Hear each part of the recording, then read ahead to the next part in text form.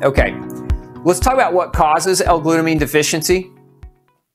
Now, L-glutamine deficiency, remember, glutamine is an amino acid. So again, we got to think about where do we eat amino acids. Predominantly, glutamine is going to be found in muscle tissue, although you can find glutamine in cruciferous vegetables, but we look at the diet. A lot of people that have low levels of glutamine chronically are people that have been on vegan diets prolonged. This is, again, and you've heard me talk about this. I'm not opposed to vegan diets. What I'm opposed to is vegan diets where nutrition's not being measured. Now, I'm opposed to carnivorous diets not being nutritionally measured as well. I think the most important thing a person can do for prevention is to periodically measure their nutritional status and then adjust their foods accordingly, because our needs change over time.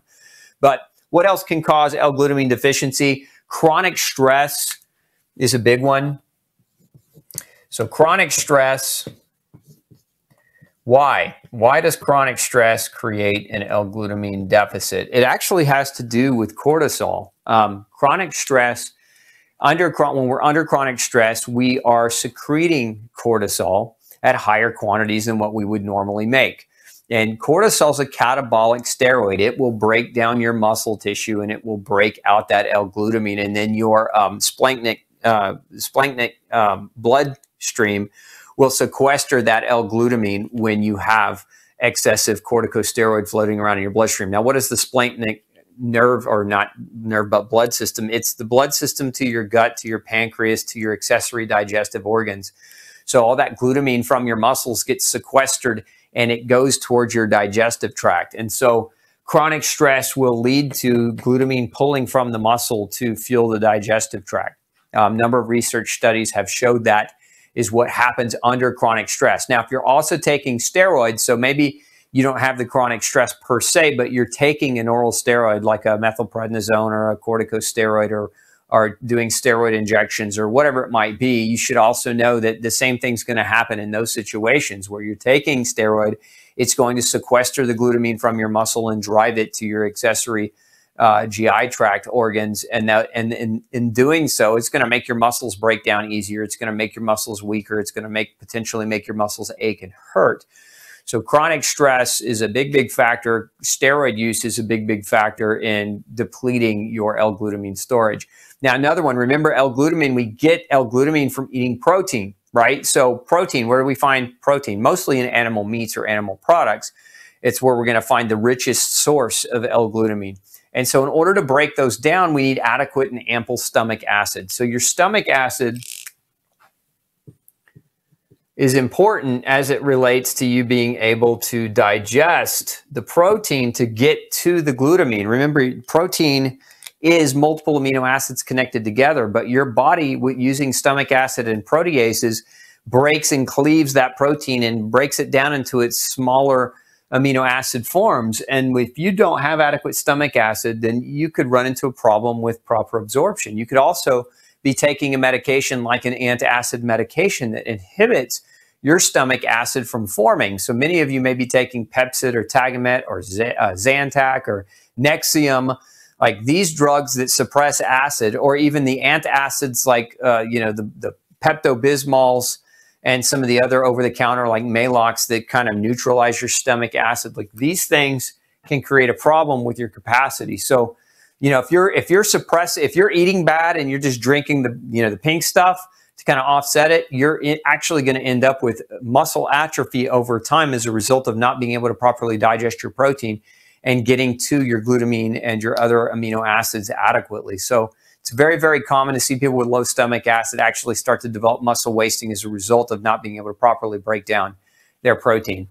Other causes, if you've got a traumatic injury, if you've had an acute injury, or if you've been in and you've had a surgery, these things actually can cause or create glutamine deficiency. Remember, when you have trauma, your body sequesters gluten and tries to sequester it to that area. It also tries to upregulate its production of internal L-glutamine. But if it's a severe enough trauma, you're not going to be able to meet that demand. It's what I said earlier about glutamine being conditionally essential, meaning under certain conditions, you can't make enough to meet the demand to supply it. So this is where trauma can actually create a glutamine deficit problem. And so that's why I recommend over here with the surgeries, with the traumas, things of that nature that you consider getting with your doc about glutamine supplementation. Overtraining. Maybe you love to exercise and maybe you love it too much and maybe you're too aggressive with it. And so maybe you overtrain, right? And this could be, the example here would be somebody who works out 2+ hours, 5 days a week. They're just really overtraining. They're not getting adequate protein to meet that overtraining need. And so their muscles are breaking down. They're getting super sore and they predispose themselves to injuries. It's very, very common in athletes who overtrain, who do too much over time. So if you overtrain, if you're an athlete and you overtrain and you don't take periodic rest weeks, which you should be doing, you should be scheduling in program rest into your training regimen. It's very important. Then you might create an L-glutamine deficiency in that process. Now, another cause, as I mentioned earlier, is a vegan diet, but it doesn't even necessarily have to be a vegan diet. It could be a non-vegan diet, but the protein level, you could just be getting in not adequate protein. So inadequate protein intake or low protein intake can also cause an L-glutamine deficit. And so looking at your total level of protein. Now, most people, if you're a sedentary couch potato, let me give you a quick, easy formulation to determine whether or not your protein is too low. If you're a sedentary couch potato, meaning you don't ever exercise and you sit at home and play video games all day, or you sit at a desk and you don't ever get any activity, then you need about 0.6 grams of protein, 0.6 grams of protein per kilogram of body weight. So how do you know what you weigh in kilograms if you're from the US and you're not in the UK or in a country that uses the metric system? Take your body weight in pounds and divide it by 2.2.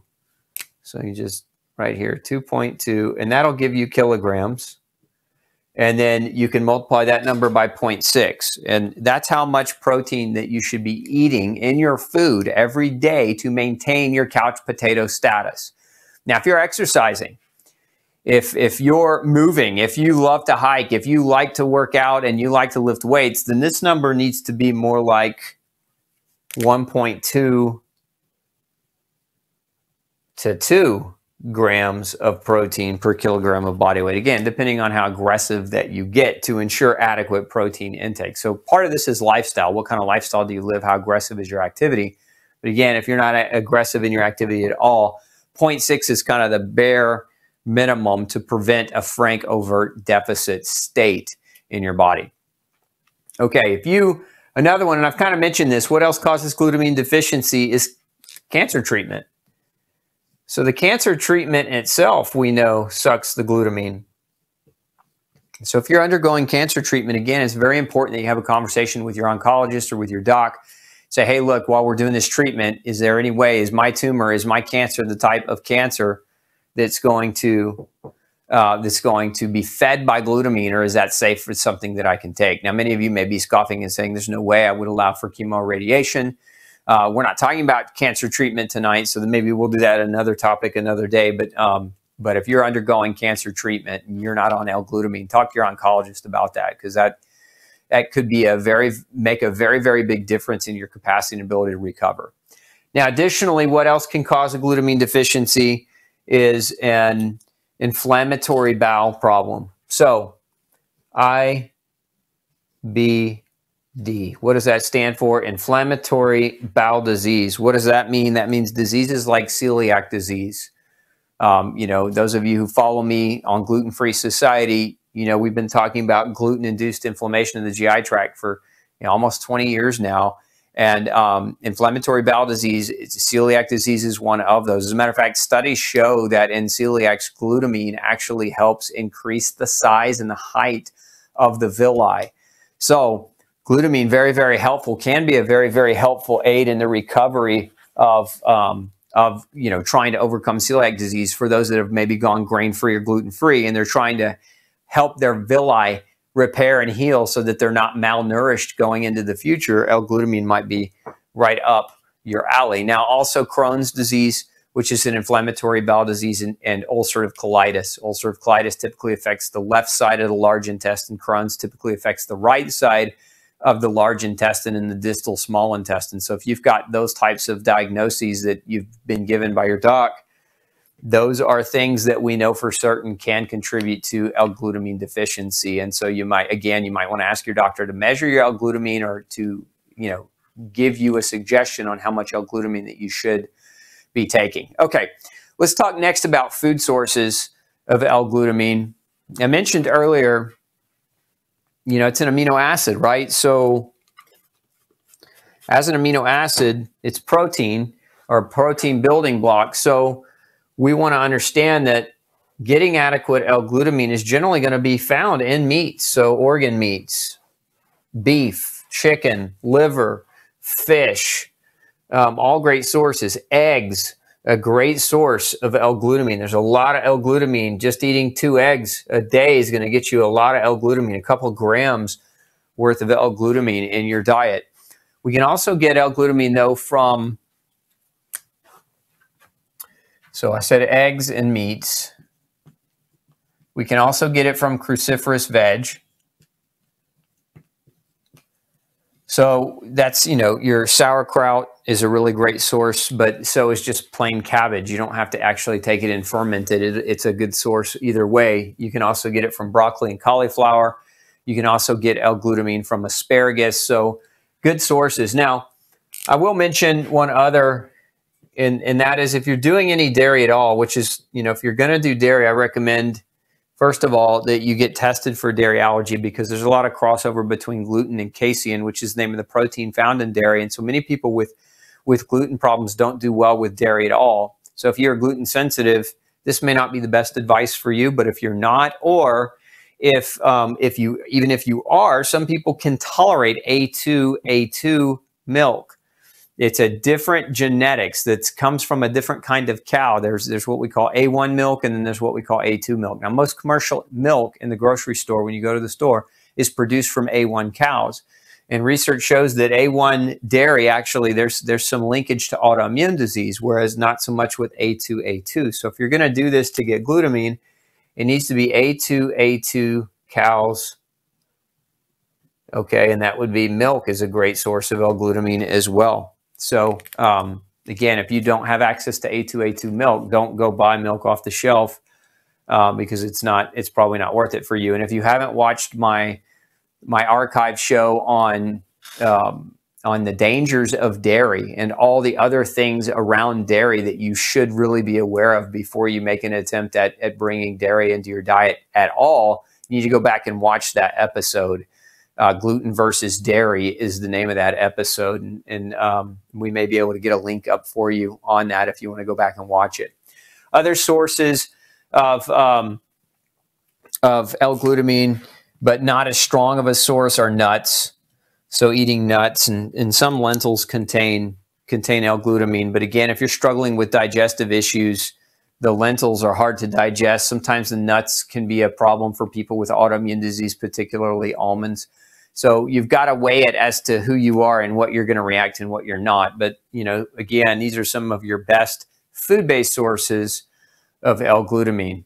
So I like, and when I see people with these types of problems, they come to me in my practice, and one of the things that we're going to do every time is we're going to measure their L-glutamine levels, because L-glutamine is such a critical amino acid. It has so many different important functions. We don't want to not know whether or not L-glutamine is inadequate. Like, that's just not, to me, that's not a negotiable thing that we want to leave in the dark because of its so many different important functions. Remember, it is a fuel source for your intestines and for your white blood cells and for your fibroblasts. So without L-glutamine, those 3 tissues don't work very well. And you're talking about these types of problems, you need your gut and you need your immune system and you need your fibroblasts to be able to generate new collagen and form peptides. So, you've got to have L-glutamine for that regard. So it's not something that we want to leave unmeasured. So let's talk a little bit next about some of the supplementation strategies. I'll give you just some general guidelines on supplementing with L-glutamine. So quality matters. Free-form amino acids are not created equally. I mean, some people use a lot of chemical agents and stripping agents to produce amino acids. So you have to be real careful. So the quality matters. And, the old saying goes, and this goes for any supplement really, you get what you pay for. If it's a deal, It's more than a deal. It's probably not a deal for you. Like, it may be a deal for your pocketbook, but it's not going to be a deal. It's not going to be a deal for your health. So when it comes to supplements, quality and premium quality is very, very important. Okay, so let's talk about dosing. So if you're just trying to take kind of a daily maintenance dose, kind of supplemental glutamine, this is generally pretty safe for the average person. Anywhere between 500 and 1,000 milligrams is a good kind of maintenance dose. You're not going to get, probably not going to get a lot of the symptoms or side effects that can be associated with megadosing of L-glutamine. But at the same time, if you're just doing this on your own, it also may not be super effective. Sometimes L-glutamine, the level, you got to take it up much higher than that. Now, heavy use, if we talk about heavy use, so heavy use would be, if you have a conversation with your doctor and you're dealing with one of these issues, or you're struggling over here with some of these problems, heavy use is going to be anywhere between 3 and 5 grams per day. And 3 to 5 grams, not milligrams, but grams. So, 1,000 milligrams is 1 gram. So this is, this heavy use dose is starting at 3 times the amount of the ceiling of the maintenance dose. So 3 to 5 grams. And so that might work really, really well if you're just trying to bolster your glutamine levels because you've got some of these other issues. If you're trying to recover from muscle soreness a little bit quicker after your workouts, it's this level of glutamine is great to support that and aid in that process. If you are talking about megadosing, though, I don't recommend megadosing because that's anywhere between 6 and 30 grams a day. And if you're not under supervision, you shouldn't go near this. Like, that's just my opinion. You shouldn't do this if you're not under direct supervision because there can be side effects associated with taking L-glutamine, and sometimes they can be pretty bad. I've seen, actually one time I saw a young man, he came in to see me after he tried to take his own L-glutamine, and he was taking upwards of 10 grams a day, just trying to do the right thing. And he ended up in the hospital in the ER room. And what was wrong with him was he developed severe migraine headache as a result of overdosing. It was just too much for his body to be able to handle. People who are, generally speaking, people who are poor methylators don't do as well with super higher doses of L-glutamine. So you got to watch out. Let's talk about some of the side effects. So now that you kind of know what some of these kind of ranges can be, the side effects: headache, particularly migraine headache, anxiety. If you find yourself to be kind of a low-key, chill person, and you start taking L-glutamine, and then you're like crawling up the walls or wondering why you feel antsy, like that might be a side effect of L-glutamine. So pay attention to that. If you get nausea, you feel sick to your stomach a lot, that could be potentially L-glutamine. If you get diarrhea, you're taking too much. Remember, glutamine is an osmotic, so it will pull water into your bowel. And so some people with constipation take L-glutamine just like they might take magnesium or vitamin C to kind of thin their bowel movements or loosen their bowel movements. But again, if you're starting up with diarrhea, it's too strong a dose. You're getting too much in. So pay attention to those particular symptoms. And if you're having them, you might want to reconsider the supplementation that you're using. Now, one other thing that can happen with L-glutamine is it can cause flatulence. So it can cause gas, right? And it's very, very embarrassing or uncomfortable if you're in a work environment and you're taking heavy megadoses of L-glutamine and you're scaring everybody off. You get the gist, right? So taking L-glutamine at too high a dose can also create a foul flatulence. So you've got to, again, be careful of that as well. And you have to weigh those risks with the potential benefits based on who you are, what you're doing, but also, in my opinion, based on really having a conversation with your doc as well. So there's your crash course on L-glutamine. Hey, don't forget to check out the rest of the series right here. Make sure you hit subscribe below. And as always, thanks for tuning in.